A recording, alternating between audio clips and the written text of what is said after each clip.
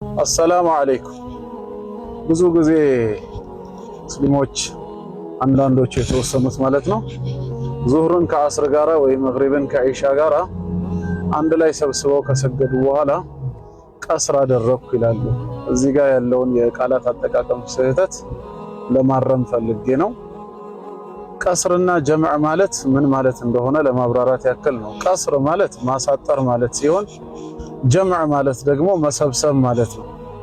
ሩባዕያ የነበሩ ባለ 4 ረክዓ ሰላቶችን ዙሁር፣ አስርና ኢሻን በሁለት ረክዓ መጠኑን አሳንሶ ወይም ማሳጥሮ መስገድ ቀስር ተብሎ ይጠራል።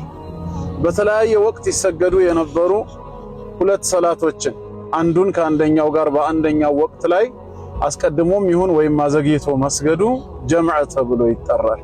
ስለዚህ አንድ ሰው ዙህርን ከሰገደ በኋላ ሙሳፊር በሆነበት ክልል ላይ አስርን ወደ ዙህር አምጥቶ ከሰገደ ወይም ዙህርን ወደ አስር ወስዶ ከሰገደ ይህን አይነቱን አሰጋገድ እንዲሁም በመግሪብና ኢሻ ላይ ከፈጸመው ጀምዕ አደረገ ነው የሚባለው። ይሄ ጀምዕ ተብሎ ሲጠራ ባለ 4 ረክዓ የነበሩ ሰላቶችን ደግሞ መጠናቸውን ቀንሶ 2 ረክዓ አድርጎ ከሰገደ ቀስር ተብሎ ይጠራል ማለት ነው።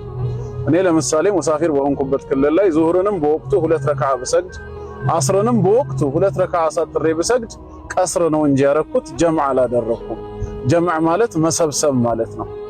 ሁለት ሰላቶችን በአንደኛው ወቅት ወይ ከፊት ወይ ከኋላ አስቀድሞና አዘግይቶ እና ይሄን የቃላት አጠቃቀም ለማረም ያክል ነው። ጀዛኩሙላሁ ኸይራ።